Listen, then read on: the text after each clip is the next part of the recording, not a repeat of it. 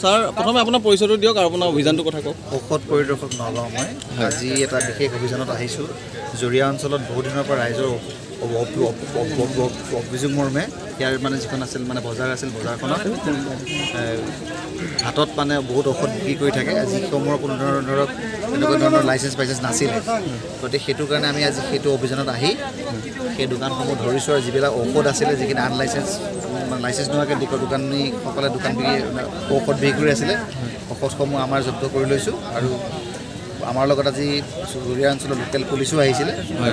পুলিচৰ লগত আমি একেলগে সহযোগ কৰি পেলাই অভিযানটো চলাইছিলোঁ আৰু পুলিচক এই যিকেইজন ব্যক্তিয়ে তেনেকৈ ঔষধৰ দোকান চলাইছিলে তেওঁলোকৰ নাম এড্ৰেছ সহ তেওঁলোকক গোটেইখিনি এতিয়া মানুহ কৰায়ত্ব কৰিছে নেকি কোনোবা দোকানী মানে যি 3জন দোকানী পালোঁ তেওঁলোকৰ নাম সহ এড্ৰেছ সহ পুলিচক আমি দি দিছোঁ। তেওঁলোকে আমাৰ লগত ডিক্লাৰেশ্যন ফৰ্মত চহী কৰিছে যে তেওঁলোকে লাইচেঞ্চ নোহোৱাকৈ দোকান চলাই আছিলে।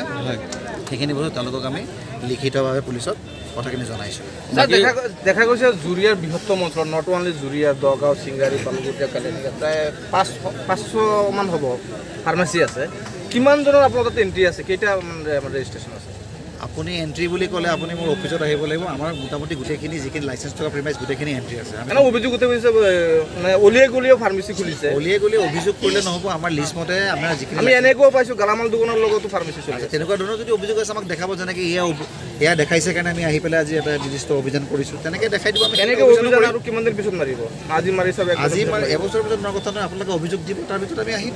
আৰু এইখিনিতে আৰু এটা কথা সুধিছোঁ, বজাৰৰ খোলা দোকানবিলাকে ধৰিছে নে দোকানতো আপোনালোকে চাৰ্জ আজি আহি পেলাই প্ৰথমতে দোকানত যিটো অভিযোগ মতে মৰ্মে বজাৰৰ ভিতৰত আনলাইচেঞ্চ আছিলে সেইখিনি কৰিলোঁ। এতিয়া গৈ পেলাই টাউনৰ ভিতৰত কি আছে সেইখিনি চাম। আগত যদি তেনেকুৱা ধৰণৰ সেইবিলাকৰ বিহিত ব্যৱস্থা ল'ম। কেনেকুৱা ধৰণৰ শাস্তি হ'ব পাৰে? শাস্তি হ'ব পাৰে তেওঁলোকৰ যদি লাইচেঞ্চ নাই তেনেহ'লে আমি দোকান বন্ধ কৰিম আৰু যিখিনি ঔষধ তেওঁলোকে লাইচেঞ্চ নোহোৱাকৈ বিক্ৰী কৰি আছে সেইখিনি আমি জব্দ কৰিম। মানুহকেইজনক পুলিচৰ ওচৰত গোটাই দিম। ঠিক আছে, ধন্যবাদ জনাইছোঁ।